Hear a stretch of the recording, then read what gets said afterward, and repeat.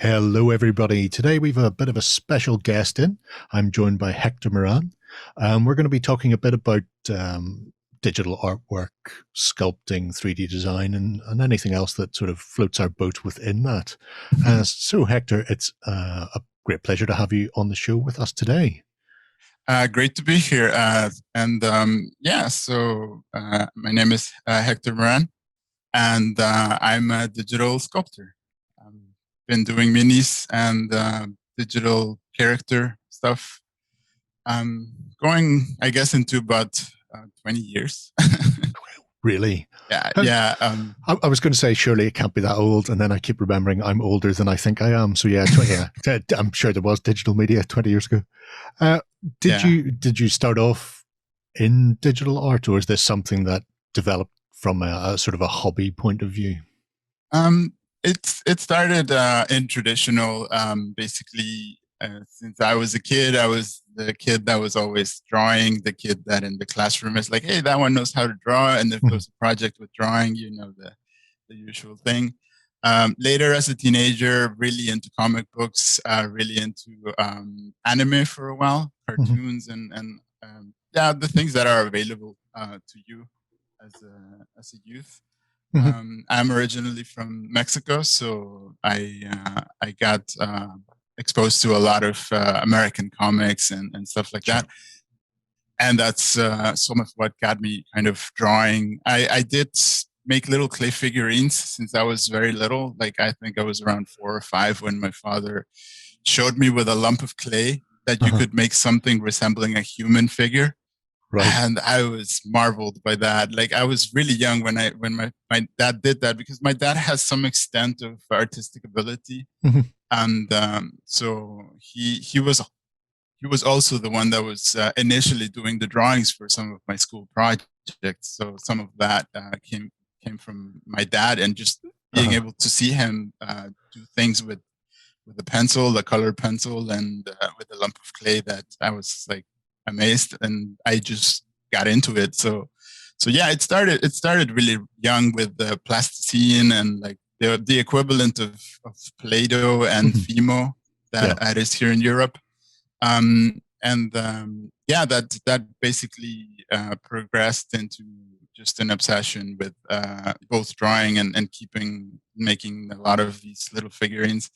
I also was not the kind of kid that was getting everything from his parents whenever they asked. They kind of did a good balance of like giving me things I really wanted when they could, but also when it was not affordable, or it was maybe being a brat, they would say no, right? So that kind of pushed me into just sometimes making my own toys to an extent. And I remember making my own Ninja Turtles.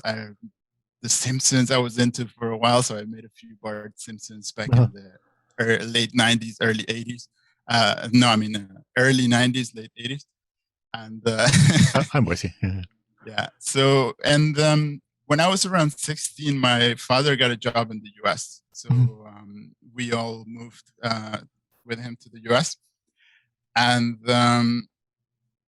I did high school in the US, and that later, of course, when it came time to go to college, around the time it was in my last few years of high school, it was when Toy Story came out. And Toy Story was kind of the beginning of mainstream computer graphics for normal people. Like, basically, everyone was more exposed to what could be done with that by Pixar and Toy Story. And at that point, when I was in my senior year, I started kind of having to consider, like, okay, what do you want to do? And at that point, I was still wanting to be a comic book artist. Actually, I wanted to draw comics. I was so into comics, and I'm really into Marvel. I bought a book called Marvel Tryout, and I even drew the pages that came in it. I sent them to Marvel. They never answered. Oh no! I was very green, and but around that time also, I started considering computer graphics as an option for a career. And I thought, like, oh, but like, if I make the model once and then I can rotate it, like it saves you time in animation, like to draw every frame. So like there was something attractive about it, but also just the way computer graphics could look. I think also around that time there was games like Final Fantasy VII and the cinematics in them. Yeah. And again, that like just so it was. I was very impressed by that stuff, even though like it's very long in the tooth now. As you, if you look at it now, the remake was great. I played that recently, but yeah, all those things were around. And basically, I went to university in Miami in the U.S. I applied a few places, and that was a university in Miami, an art college that had a computer animation degree. And there weren't that many back then. This was around the 1999. So end of the 90s and the beginning of the 2000s. Yeah. And so I went there for computer animation, and that kind of got the whole ball rolling on the digital side. So I learned Maya there, I learned Photoshop and all these softwares that I had never touched until then. And I got into computers pretty late. Like when I moved here to Europe, I kind of realized like everyone grew up playing PC over here, because I grew up with Nintendo and like consoles basically. Yeah. And so yeah, a slightly different culture. And I suppose coming into a burgeoning industry at that stage when there are so few places to actually develop the skills and the techniques, means that you are on the sort of the cusp of a whole slew. Whereas we look at it as almost commonplace to see digital design and 3D design exactly. in media as a whole. But that in itself is only relatively recent in the sort of the gaming and miniature industry as well. It's late adopters, as we always are to anything new. It's really within the sort of I wouldn't even say the past decade. You've seen stuff 10 years ago, but it was very rare and generally quite I'm not going to say bad, because there's always highs and lows in any sort of design, but over the last sort of 5 years, we've really seen a burgeoning of great designers and artists coming in and using these new techniques, and I'm going to say new for us. So seeing what you've managed to do over the years is really interesting, because you're coming in from essentially a 2D background almost, where you're going, I'm going to do art, and now I'm going to do this 3-dimensional art. I take it there's an awful lot of overlap then between the likes of the digital design that's done for rendering a computer game or a animation, and then what is actually used in the miniatures industry, whether it's for a board game piece or a large sort of bust or figure piece. Then the same tools are used, the same sort of techniques. Yeah, to a great extent, because I think one of the things that I learned along the way as an artist, that I did start traditional and then become digital, and to one extent I've been in a bit of the cusp or the beginning of certain trends in some of the industries. So like Toy Story was what kind of got me into computer graphics, or at least interested in it. That was sort of beginning, and I went into computer graphics when it was barely a few schools. When I went back to Mexico after graduating, there was no industry. There were no video game studios. There was no visual effects studios. But one of the things I learned along the way is that a lot of these are just tools. And the important thing about like moving around in these fields is your fundamentals. And the fundamentals are like just understanding form, shape, line, proportion, all these things that have been around since the Renaissance, and like they've been refined since then. As long as you have those, you can make good work with a piece of chalk on a wall and with a chunk of stone. And now the tools are great now. I mean, I'm glad I don't have to sit under the Sistine Chapel on a scaffold with the plaster falling on me. Plaster and paint quickly because it will dry out otherwise. Yeah, exactly. And one of the things that have been wonderful about living in Europe is that I've gotten to see some of the great works of the old masters, and I've been lucky enough to travel to Florence, for example, and see the David. And one of the interesting things about something like the David is that you find certain things in the museum that tell you a bit about, there's even little books that they sell, but basically some of the technique that he used for building the David, at least the way that I'm understanding, I could be wrong to some extent on this, but basically is that he built a smaller maquette, and then he put that maquette in a container. He filled that container with liquid, an opaque liquid, and he started emptying the liquid, and that is basically how 3D printing works. Right. Because it's how he figured out what he should take at the top of the marble. How much layers and subtracting layers as he went because down.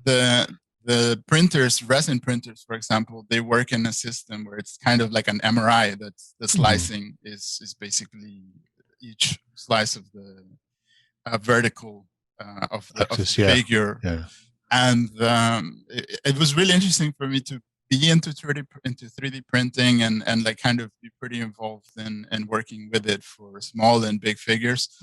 And then seeing that to an extent, Michelangelo figured something similar out for making something a masterpiece like David, because how do you work out to, like, it's relatively easy to work a maquette, you know. Like you have it in front of you, but like to keep a good sense of proportion and scale and something as big as that statue, and then to see a similar technique kind of used to kind of slice up figures now and basically build them in 3D with the printers. It's really cool. Yeah, it's strange how I suppose no matter how advanced technology gets, the fundamentals in some way still apply throughout art and design. I actually want to open up your portfolio here because there's a lot going on. You've not just worked on miniatures, but also in various parts of, I suppose, the gaming industry for digital and gaming. So, like, I think seen League of Legends floating around there at one point. Yeah.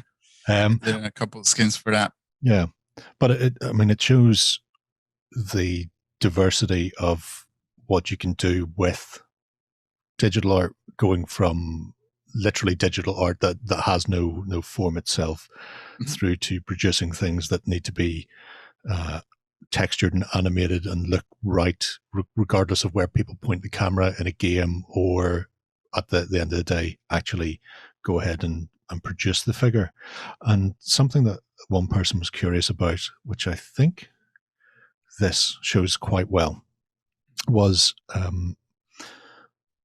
this was made or designed to be 3D printed from the get-go, and you show the cuts you make. What people were wondering was, when you come to build a figure like this or sculpt a figure, do you go in knowing where these cuts are going to be, or is this a separate thing afterwards that you take your design that you've been given, design the 3D figure, and then afterwards have to work out where the cuts are going to be? Do you start going, okay, well, I'll make the pillar in 2 pieces, or do you just go, I'll make the whole thing and then we'll see where the cuts can come in? And how much of the technical side of 3D printing affects the designs that you actually make yourself? Yeah, so hopefully it does not affect the design too much, the technical aspect, because to an extent there's technical aspects on everything that you make in character with digital stuff. Like if you do stuff for video games, there are restrictions on poly count and things like that.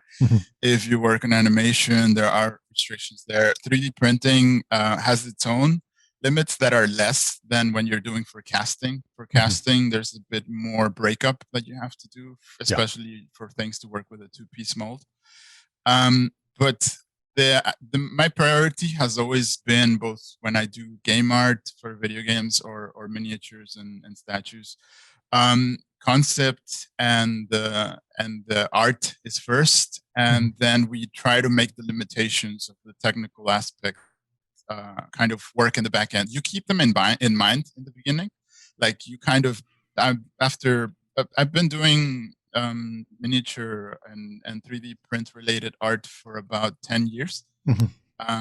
And in that time, I've had a lot of opportunity to kind of understand and see a bit ahead of the game of where things are going to land as far as the technical aspect.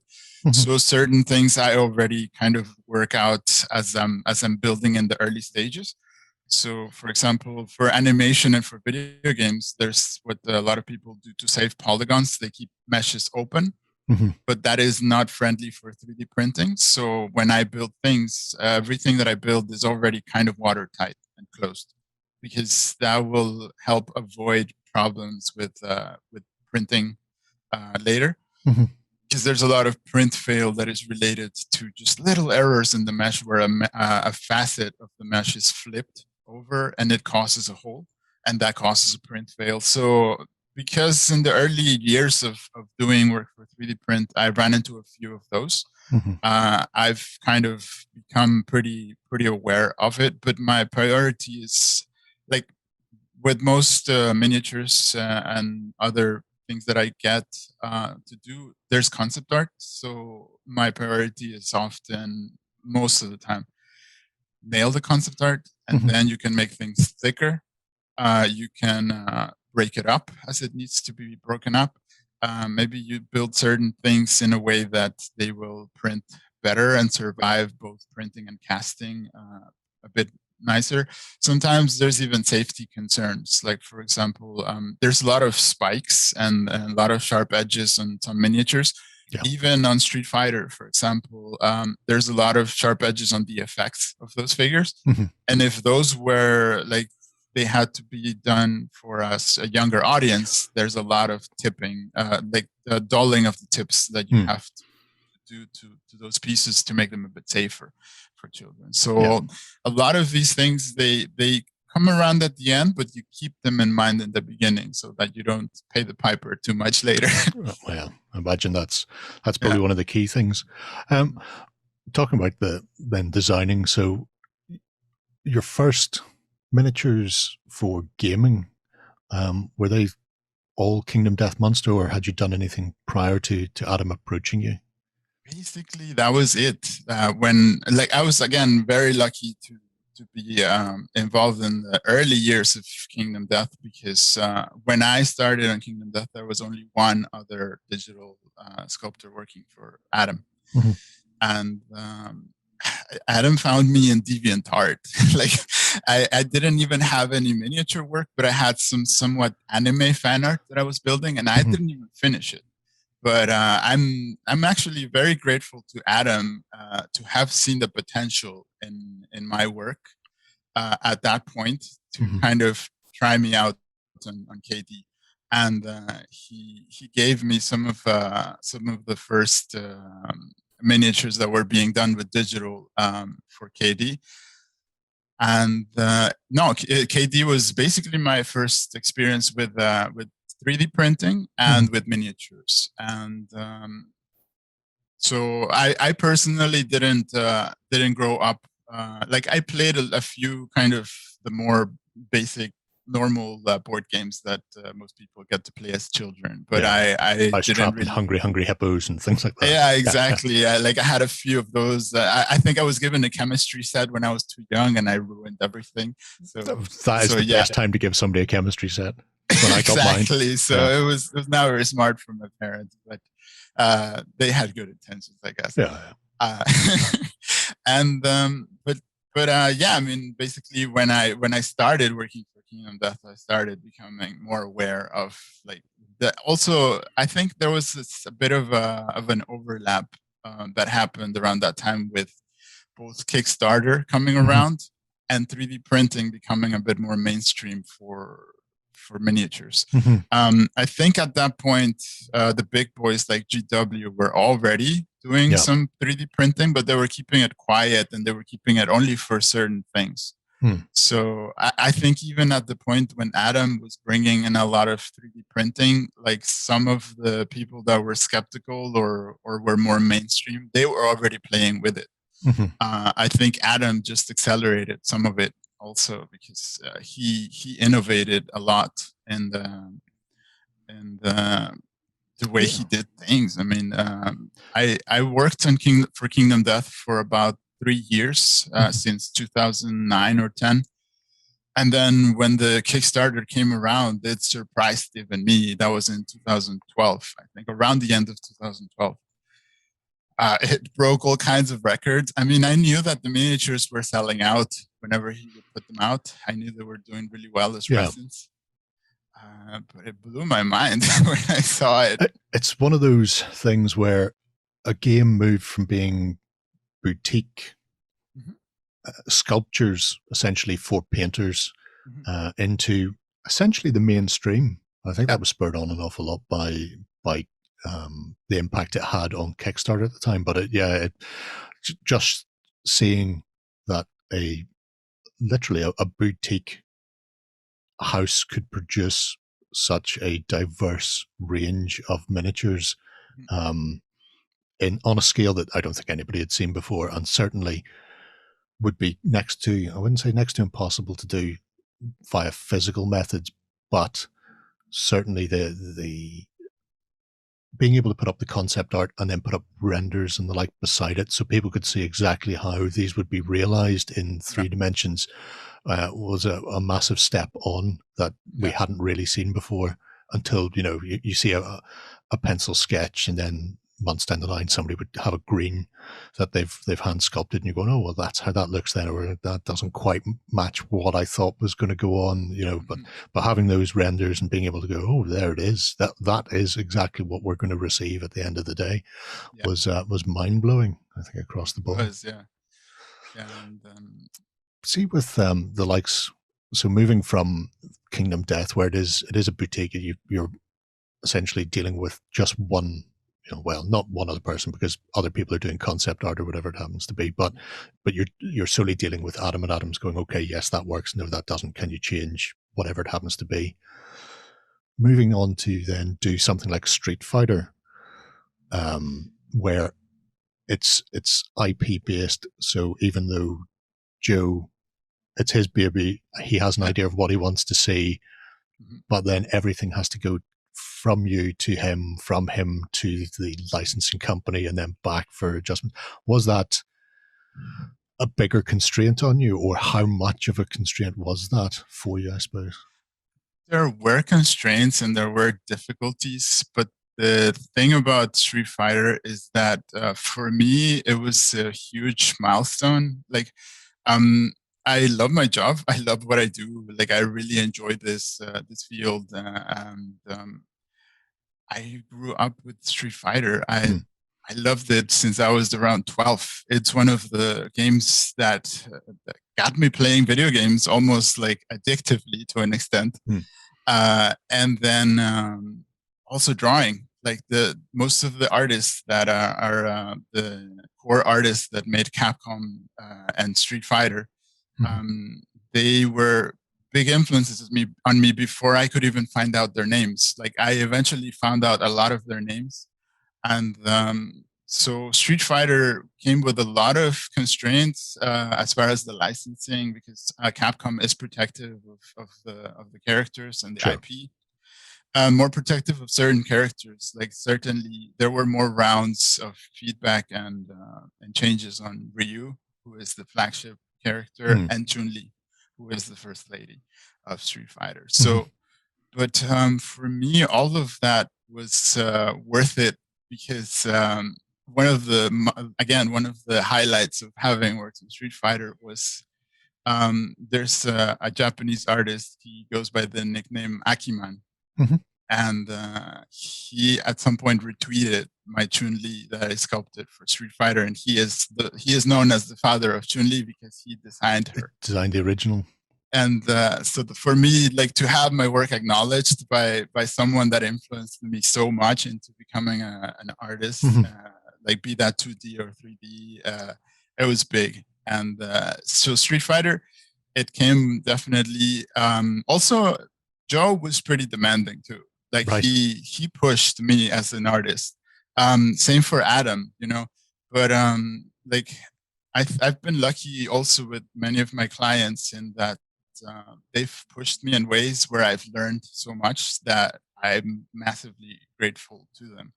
Joe was pretty demanding with poses, and I was also like I was willing to be pushed and to kind Sure. of meet expectations both of Capcom and of Joe, because I also took Street Fighter as an opportunity to now you can get really good at anatomy and dynamic posing, and also sculpting effects was another area where I kind of got the opportunity to get stronger with, because basically we ended up with every figure having some kind of visual effect in transparent plastic. Yeah.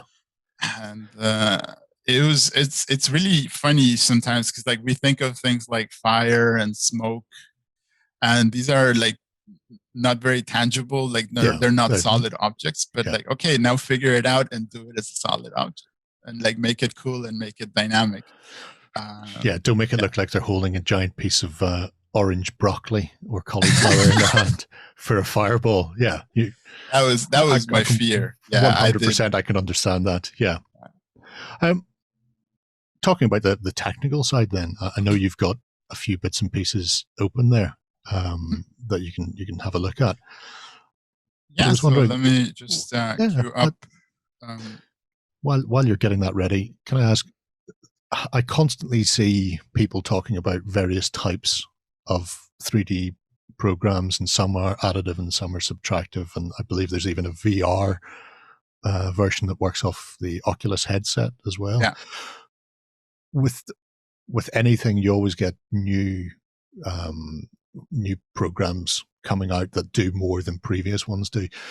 Do you always keep an eye on new pieces of software that are coming up that you think may be able to give you an edge in some respect? Or do you look at a lot of those and go, well, I can already do that without having to learn a whole new set of tools on the PC? And it's just relearning the same thing again for the sake of relearning it. It is a very competitive industry. And in the 10 years that I've been involved with Kingdom Death and now, it's become a very different miniatures industry for digital. There's definitely a lot more artists out there. A lot of them are incredibly good. It's very competitive, and yes, to an extent, software can give you an edge. And you do have to keep an eye, because if the entire industry is migrating in one direction, like if tomorrow Adobe came up with a version of sculpting app that basically blew ZBrush out of the water and everyone started moving there, you'd be smart to try to make the move as early as possible. Because the other thing that I've seen, of course, and maybe some people that are in the hobby are aware of this, traditional has been kind of phased out as far as traditional miniature sculpting. Like a lot of the traditional sculptors that I knew or met during Kingdom Death, like Thomas, David, they've converted to digital by now. And some of them almost against their will, because the work started drying out, and there are benefits to the digital aspect. So I think there probably are several or a few sculptors that never made the switch to digital and they're getting enough work. But yeah, like the migration did happen to a large extent. So there's a lot of young artists that are coming up that digital is the first thing they knew. They got their first Wacom tablet when they were like 12 or something like that, or even younger. And so yeah, times change, the software changes, and you do have to keep up to a good extent, so that you stay relevant. And but it goes back also to the fundamentals. If you don't have those, it won't matter what the industry is using and what you switch into. Yeah. If you have those fundamentals, you can carry them over into new software. So I could share screen now. Sure. So for example, here I have Akuma. And Akuma was basically the beginning of Street Fighter for me as a project. And the way that I work is a bit different from how a few other digital artists, sculptors for miniatures work. Is that because I had been working in video games for some time before I came into minis. I was used to building a character in a neutral pose like this. So sure. And then you pose them. So a lot of people start more with the mannequin in pose, and which is more similar to how some people work in traditional too. They build a wireframe, and then that wireframe is put into pose already, and they go from there. But the way that I work is that I go into my software here. I build out the character, and then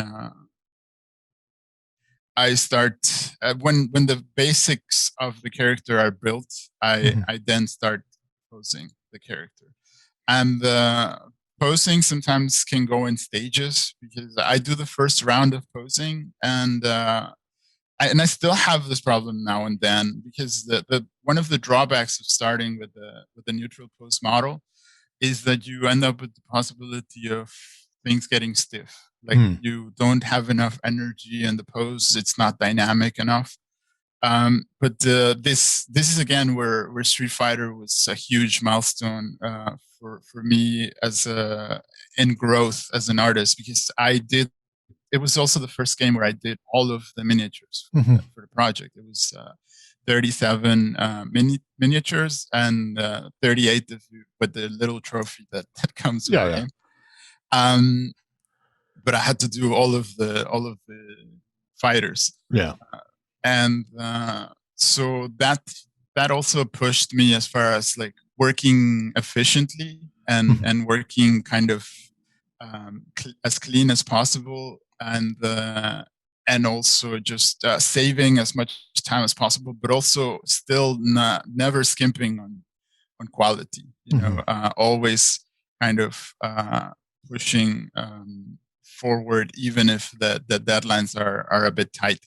This is an earlier version of Chun-Li, for example, and this was I think also with 3D printing, like even if you've been working with it for a while, it's still a bit of a black box in the sense that you're still not sure if you're making the eyes big enough to print well or to be paintable well.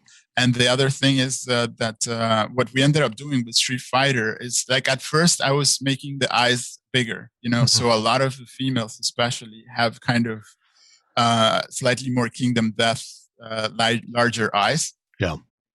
And I thought that would be enough for the scale of this project. But it actually ended up, we ended up basically having to make little stickers for the eyes on these figures. Because that was the only way to mass produce something as tiny as that. Because otherwise, I mean, people that play miniatures, they would have ended up looking like frogs with big bulging eyes just to get the definition on them. It's funny, because that was something that another person wanted me to ask you, which was the final product, whether it's going to be a 3D file or it's going to be manufactured in a hard plastic or a soft plastic or whatever it happens to be. How much constraint do you have to think about the final manufacturing? So, you know, especially with something like this where it's going to be sent off to whoever in the world is going to manufacture it, and then they're going to return these figures, and you're going to go, well, oh no, I've lost, you know, details in the face. I think I've seen an awful lot of figures that the renders are beautiful, but then they haven't thought that the final product is going to be like an ABS plastic, which shrinks and softens the detail. So do you have to be overly concerned about those yourself, or is it a case of, well, my work is done, you just need to worry about producing it now? No, I am definitely concerned with the production, and for me, it was always a bit of it always worried me when I was trying to make my renders as nice as possible, because I was always I had a bit of anxiety about like false advertising, Yeah. where my renders are really nice, and then the product cannot get there. Yeah. At the same time, I felt that because there's also an extent of this within video games and a lot of industries, is that if you don't push a bit above or beyond what you think is doable, you're only going to get like kind of mediocre results. So Sure. my hope was that if I give the factory really good renders and they have a really good paint and color guide, if they get halfway there, we're still going to have some pretty solid quality. Yeah. And it is to an extent what we ended up with Street Fighter, which was my high hope, because I am like, again, it's a balance of like, I want really nice images for my portfolio, but I also want people to get something as close to that as possible. And Street Fighter is also a bit of a milestone in the industry itself as far as pre-painted, because I think as people have started to get them into their hands recently, I think the delays and the exacting levels that Joe was pushing for have really paid off, because pre-paints have never, and I can say that without any hint of contradiction, they have never been as good as the ones that have been released for Street Fighter. They just haven't. It's been, either prohibitively costly for people, or they just haven't. They've got a budget and they've stuck to it. Whereas what has been produced for the final Street Fighter models has been absolutely superb. Yeah, and so I to an extent I learned that from Adam, because Adam was really good at judging and pushing, where if he could see that the sculptor could do better, he would push them further. And then if he could see that the printing could be done better, he would push his printing vendor. And then if he saw that the casting could be even better, he would also push there. And so I took that to heart since Kingdom Death, where if things can be better, let's try it. Let's see if we can get it there. And when it came to Street Fighter, I was involved still with the factory throughout production. Oh, right. Okay. And I actually I commissioned a friend of mine to do the little illustration files for the eyes. So I gave him the references, which were basically renders of the characters. And then he traced over that in the format that was required for printing them for the eyes. So I was still involved in the process with the factory, and in other projects where I've been part of the team, like Darksiders, which was also pre-painted. I was also as involved as possible. There's a limit at some point where, like, either the factory or the budget of the making company, the game are gonna say, like, okay, this is as good as it gets for the budget we have. Like, it's nice that you're pushing, but we can't go further than this. Sure. And that's, of course, understandable. Like, everything has to be done within the realistic limitations of the technology and where things are. So the interesting thing there, talking about Darksiders, for me, I didn't realize until I showed a friend your portfolio actually a couple of days ago, and she went, "Oh my God, there's a Darksiders game," which had sort of slipped her by. I hadn't realized that Darksiders had been a game before. It was a tabletop game, but I'd noticed you talk about the fact that they'd actually provided you with the models from the game itself that you use then as a basis. Some of them, like some of them were provided in a pretty good state for me to build the figures with. Some of them were already in the low resolution state of the video game, and there was no high resolution files. So I had to do a lot of rebuilding for War and for Death, for example. And then Fury and Strife were provided in a little bit more compatible high resolution parts, so there was less rebuilding for them. Darksiders is another big one for me because the art director of Darksiders is an artist named Joe Madureira, Mm-hmm. and he was an X-Men Marvel Comics artist in the late 90s. Mm. He was, again, also a huge influence on me. He's one of these guys that kind of made me want to draw comics because he broke into Marvel Comics around age 16. And, right. And I was like 13 or 12 when I heard that. And I was like, oh, I have a shot if I work really hard. Yeah. And so yeah, this guy inspired me a lot. And I've kept track of him for years, not just when at some point he moved on from comics into video games. Mm-hmm. And Darksiders is one of the big IPs that he has built with his art style. So for me, getting to work on something tied to that IP was, again, like little dream come true. And this was actually the first project that I worked in a team that I put together myself. So. Mm-hmm. Two of the artists that are now part of the core team of my operation, they helped out on Darksiders, and they did some of the monsters for the project. And yeah, together we managed to complete the whole project in a relatively short timeline with the three of us in a few months. So they're also responsible for some of these guys then? Yeah. I don't have all the pieces from the game in my page here, but for example, like one of them helped me out with some of the parts here of the jailer, and that's basically now how we work together. Is that if someone is faster with building mechanical parts and hard surface bits, then that person might help out. And we help each other finish the pieces. I'm a bit more practiced with posing and the dynamics of the body, so I help them out on that side. This one is this piece with the three ghouls was a collaboration with one more artist that I've worked on a few projects, Alex Abler. And this piece was also, I was really proud of it because there's a piece of concept art from Joe Madureira that I feel like I matched it as close to 1-to-1 as possible with the figure that has the long hair. Yeah. But this miniature is super fun, and this is another project where, like, basically I pushed as far as I could with the look and the renders, and like I wanted to have really nice portfolio pieces for myself. And really good paint guides for the production company. And I think in this case, they got less close than Street Fighter because of the scale.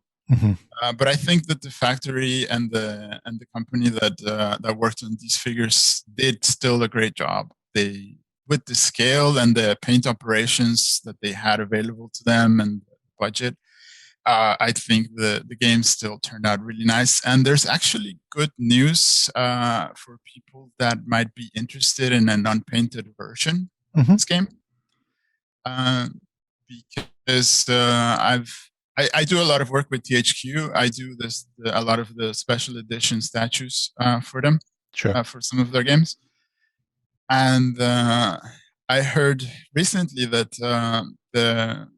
the unpainted version of the game might still be in the likelihood to happen.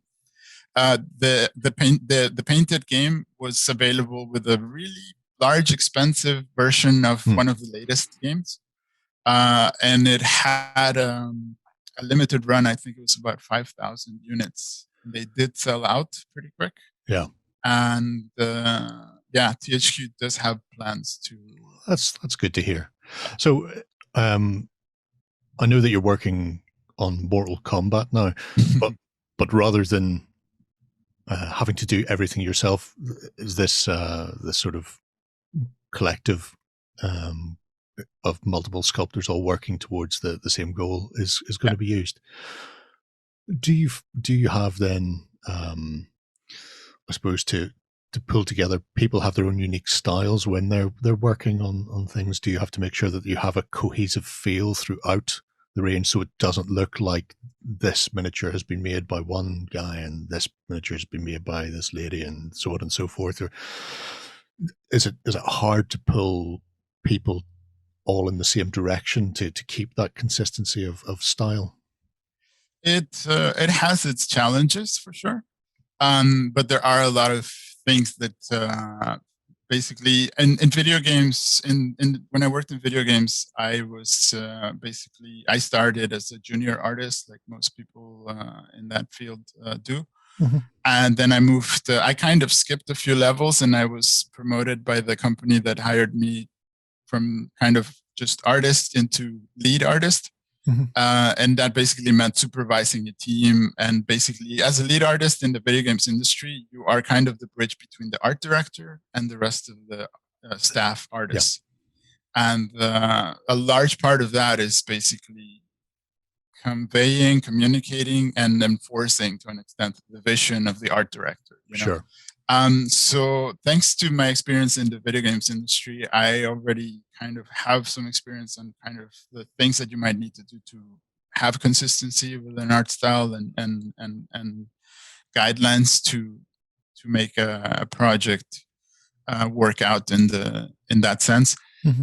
And so with Mortal Kombat, one of the things that I did to kind of help that consistency was that I created the first few characters, and I provided to everyone that came into the project the base models. So the main male human and the female human that are used for making basically all the Mortal Kombat characters, they came from me, and then the artists mostly just had to build an outfit around that, change mm-hmm. the face if the face needed to be changed. In some cases, proportions also change. Yeah. But with that provision of the base model, and also by doing a few example characters, you can basically kind of build a lot of that consistency. If artists are experienced enough and have a keen eye, they can kind of figure out enough of what makes an art style specific. And of course, everyone has, like every artist, a base style. Mm-hmm. I used to teach ZBrush in a school in Vienna for a few years, and I used to say a lot that like everyone even have a style, you know. And it just that like with practice it becomes like more refined.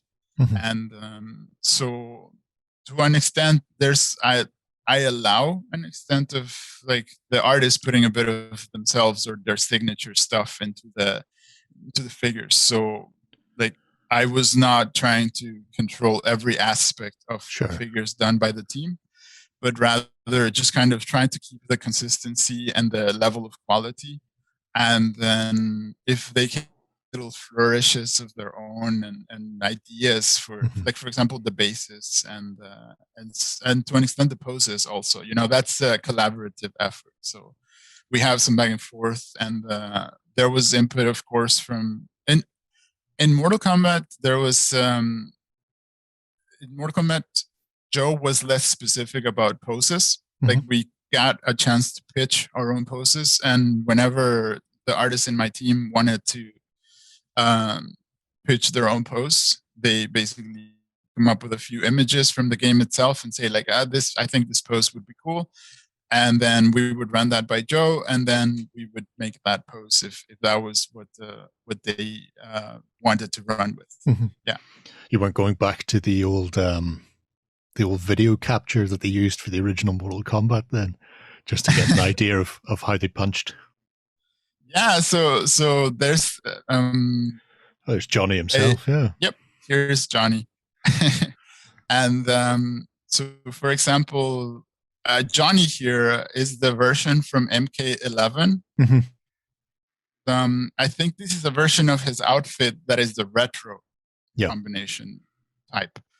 And so I cannot spill too many beans about Mortal Kombat just yet, because it's gonna campaign there's going to be unlocked characters and things like that. So, but what I can say about the game is that it's going to have a pretty nice mixture of retro from the like OG old game, kind of old, going back almost to MK2 and 3, and then forward all the way to 11 and a few things in between.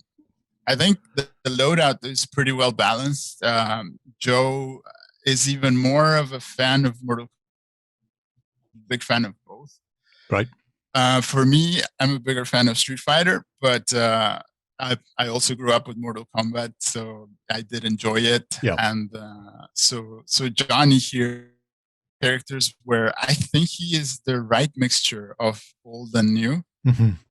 And a lot of the characters for the project are along those lines. I think that we have some of the best versions of many of the characters that are fan favorites. That's nice that you're not being restricted to a specific Mortal Kombat, then, that you do get to sort of blend them together to get what you think is going to be the most interesting version of whatever character it happens to be for the game as well. Yeah, and I mean, I think some of that can, depending on the type of license. I think Jasco and Joe managed to get a really good license deal for Mortal Kombat. And Jasco themselves have a really good track record by now with licensed properties. They've been doing card games with a lot of licenses for a long time. So I think with that experience that they've gathered on that side, they've become pretty good at working out for themselves, and this is one of them, I think, where they got a lot of the best of many worlds in relation to MK. That does look absolutely superb. As long as he doesn't finish that move off with going, "This is where you fall down," that'll be fine. Yeah, and it was a funny because I kind of also wanted to do the Nard's punch that he does, where he does the split. It does the split and punches up. Yeah.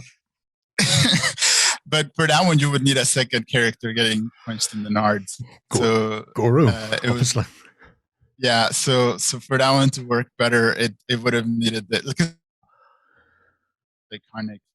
Yeah, I mean, I'd be all for some sort of top end stretch goal right at the big stupid money where it is just a diorama of Johnny and Goro punching up. Oh man, yeah, that would be it. You should pitch that to Joe. Joe, look, if we do 2 mil, surely we're allowed one of those. Come on. Yeah, it would be cool. It's going to be interesting to see how the stretch goals go, because there are a lot of characters that are built that are built and completed already. But if we unlock too many of them too fast, maybe new possibilities will come into play, and maybe some other characters will get sculpted during or post campaign. Oh, that'd be good. So yeah, it'll be interesting to see that. And so one of the other files that I had around was this old guy here, Duma. And here you see this is an in-between building stage. So at this point, I have his body kind of worked out. Yeah. I've only detailed up the parts that are most visible. The rest of him is one of my body bases that is like an anatomy study where it has a lot of muscle definition.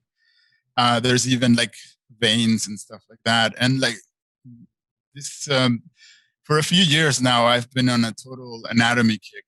I just really enjoy studying and understanding. And like it's one thing to of course learn and understand the body in something like this kind of pose. And it's a whole different thing, kind of learning and understanding what the back is doing, for example, when it's in a specific pose, the shoulder blades. All of this is built in a very complex way that actually during Street Fighter, I ended up deciding to take a very in-depth anatomy course just to get more solid on that. Having to That go has back to helped school. me kind of. Yeah. Yeah. I mean, I've been taking online courses since I became a freelancer. Also, like I've never a student, because in art there's just so much to learn. Like there's never time to call yourself master of anything, because there's just so much. So all I can do is just keep studying and keep learning.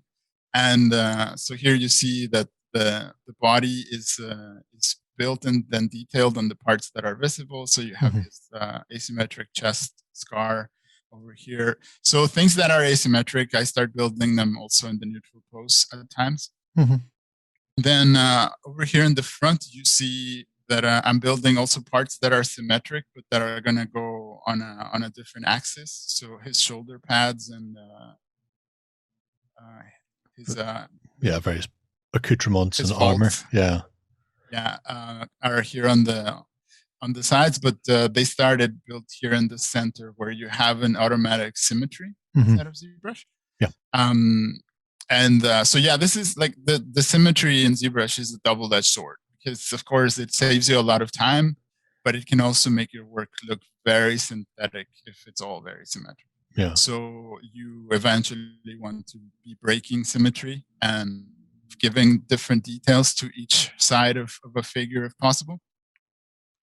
And so I can open a later stage of. And Duma was also a big project where I learned a lot of things, because he was the first multi-kit figure that I worked on. I had worked on 75mm figures before. But the multi-kit aspect of Duma was an interesting engineering challenge, because I had to make sure that the different configurations of him that are possible. There's a fully armored with a helmet you see here, but there's also the non-helmeted version. Then you have, for example, there are two versions of his. His hand opened or holding the shield. Yeah, and one that just has the hand like this. The art director for this project was Francesco Farabi, and he's a big name in the miniature painting field, and he's also a great guy, and he's again one of the art directors that pushed me. He was pretty demanding when it came to some of these chimera pieces, and I with Abel, the opposite of Duma, the good guy. I basically also, we had some back and forth on like the pose has to look good underneath the armor, So that was also that happened before Street Fighter. So that was also a situation where I had to kind of like realize like, if the pose looks good under the armor will inherit all of the good stuff going on in the body. So it's worth doing a well-posed, well-defined nude body to an extent, so that everything that falls on top of it kind of has a good foundation. Naturally and looks like it's, because I suppose if the temptation is, if you know that a piece of armor is going to cover a specific amount of the model, then if you just slap it on where it should be, it will always have that slight, the uncanny valley is what they call it when they get an animation. He's got a shoulder pad on there and that makes sense, but if the underlying skeletal and muscular structure isn't there to hold it up, then it will always just, the brain will always be looking at the details that are wrong. Off. Yeah.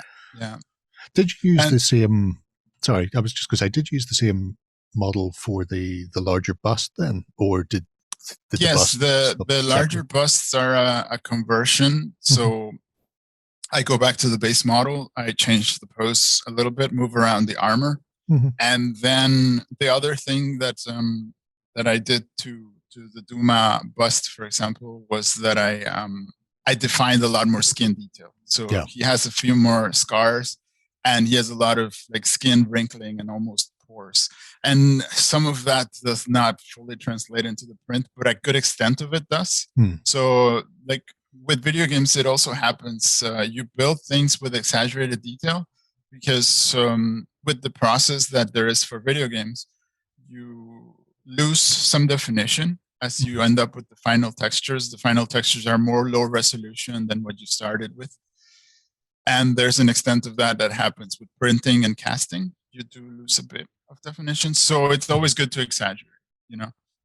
So for example, here, the armor, you can even see, and this is for the 75 full body version, but there's little kind of striations, and scratches and dents that I put in there. And some of this barely survived print and casting. It's kind of barely there, but that was also the idea that Francesco told me, don't overdo the wear and tear, because some people like to paint that or not paint it, you know?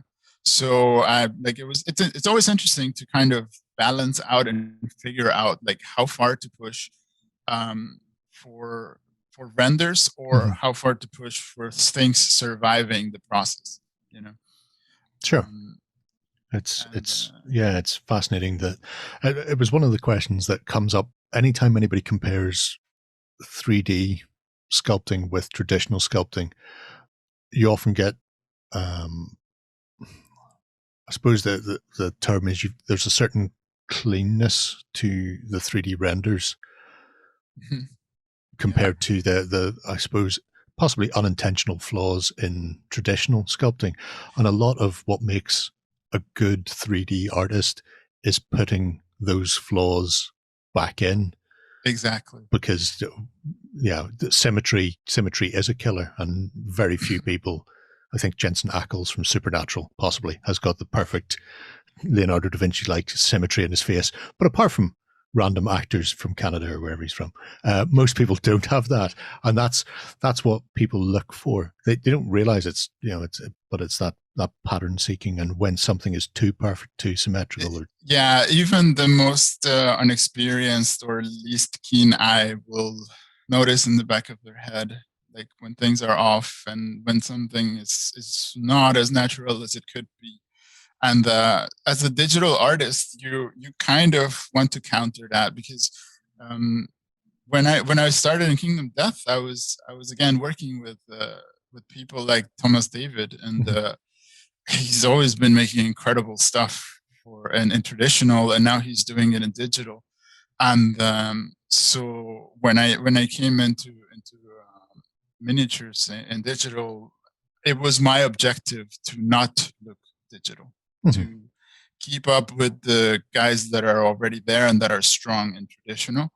And so and like here, I wanted to just point out, for example, like some of the things you have to do for casting is that this had to have all the undercuts and all the holes filled in. If now that the industry went through another mutation and a lot of people are printing at home, you don't have to do this as much. You still have to do an extent of it, but things can be a little more free floating, and they don't have to be cast friendly as much anymore. But again, I'm massively grateful for the experience of working with things that need to be cast, because it has helped me with keeping in mind and keeping an eye on the things that might also become just basic print issues or even paint issues. Yeah. So on the subject then of home printing, Hector, you've actually started the Ronin Arts workshop. Is that right?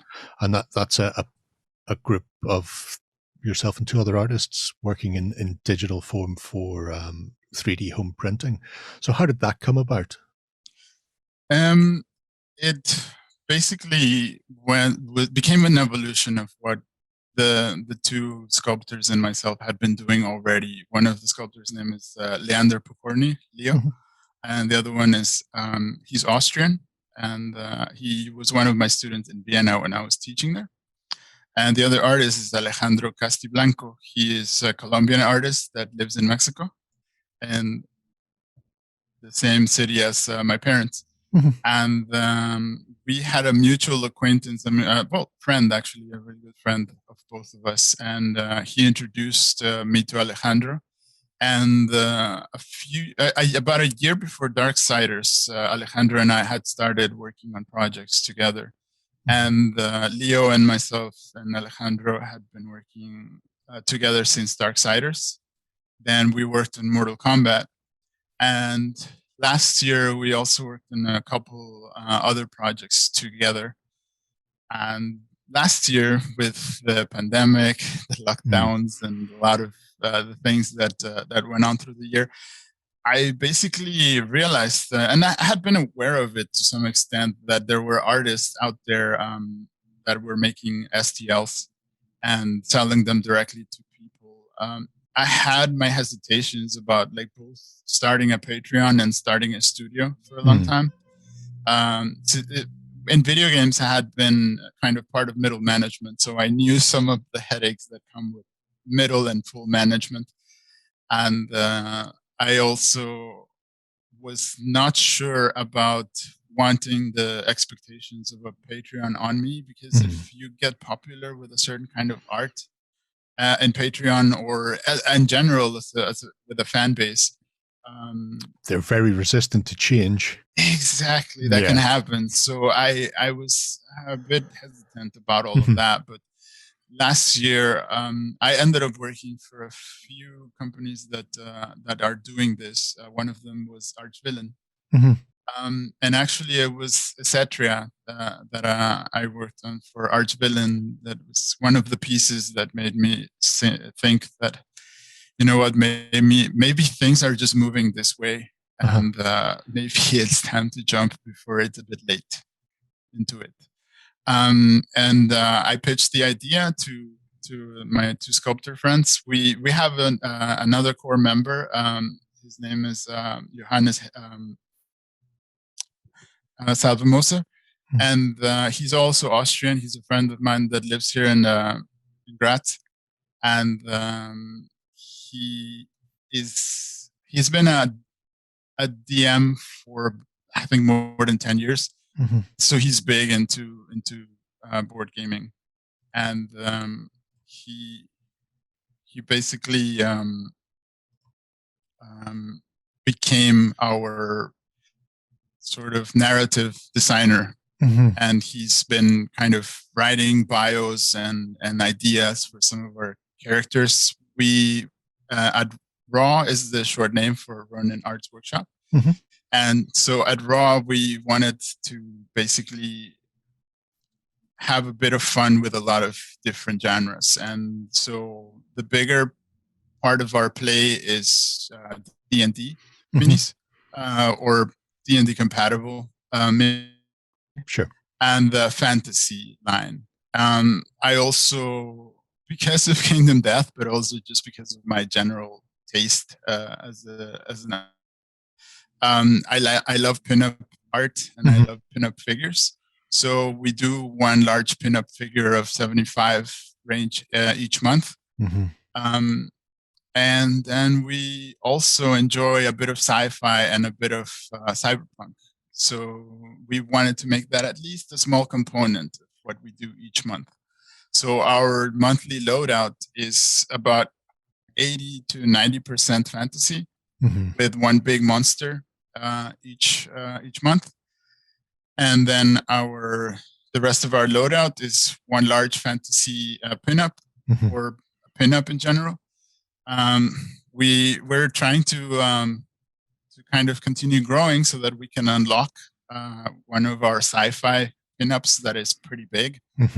And then we're also releasing again at least one cyberpunk mini each month, and that's basically the current loadout. I think that it's just our first month, and we're wrapping up things for the release of our second month. So with that, we're going to kind of continue to build our welcome chest into something more substantial. And as we grow, we're also going to unlock parts of my own vault which has some figures that I've done in the past. So I've had a couple of small experiences with crowdfunding, both in Indiegogo and in Kickstarter. And my plan is to bring some of those figures back to an extent in the same configuration, but also maybe with a few additions to them. And so those were 75 millimeter figures. One of them was Black Betty, which was a collaboration that I did with Ben Comets and Painting Buddha when they were around. And so I'm planning to basically bring back Betty, and I'm going to do a few new versions of her, because through the years I've had a few different 2D artists make pinups of her for me, and I want to sculpt those really badly. So yeah, that's going to become part of what we continue to do. Well, that sounds absolutely fascinating. I wish you all the best with the Patreon, Thank you. because it's very early days for it, but the I already love the figures in there. The sort of that D&D meets Warcraft kind of blend going on there, which I'm a big fan of anyway. And I mean, just looking through your portfolio, there's just so many gorgeous pieces in there. And even though I'm a terrible slacker when it comes to painting, I am an inveterate collector of miniatures that I would someday want to paint up, whether it's pin up or just to display or even use in games. It's been fantastic talking to you, Hector. If anybody has any questions about getting into sort of 3D sculpting or the digital art medium, if they drop them below, I'll try and pass them along to you, maybe. Yeah, or for maybe sure. Maybe even we can get another sit down in a couple of months' time and talk about the more the sort of technical sides of things, because I know there are certain community members who are absolutely nailed on for anything 3D printing and even experimenting with small steps of their own sculpting as well. Yeah, and that is an aspect also of Raw that we're also wanting to build in, is that we want to continue to grow our own community, but also become part of more communities and basically interact with them. If people have questions about sculpting, ZBrush, and the things that we do, the things that they maybe would like us to do more of, then yeah, we are around. And you've a Discord connected to your Patreon as well, so I suppose you can get very quick answers there as well. And we're in social media. Raw has its own Facebook, Instagram, and Twitter, and I have my own. And I go by Sculptor Heck in most places. And Raw has its own Ronin Arts Instagram and Facebook. And people can find us there and bring their questions and concerns anytime. I will get as many of those links as I can dropped in below this video. So until the next time I speak to you, Hector, take care. And I hope Mortal Kombat goes up to and beyond, because I want to see Johnny Cage punch Goro in the bum. Anyway. Awesome. Take care. Bye-bye. All right. Thank you. Bye. Go ahead and check out our other content on screen now. And while you're at it, why not hit subscribe and remember to ding our dong. Go on, you know you want to click it. Go on.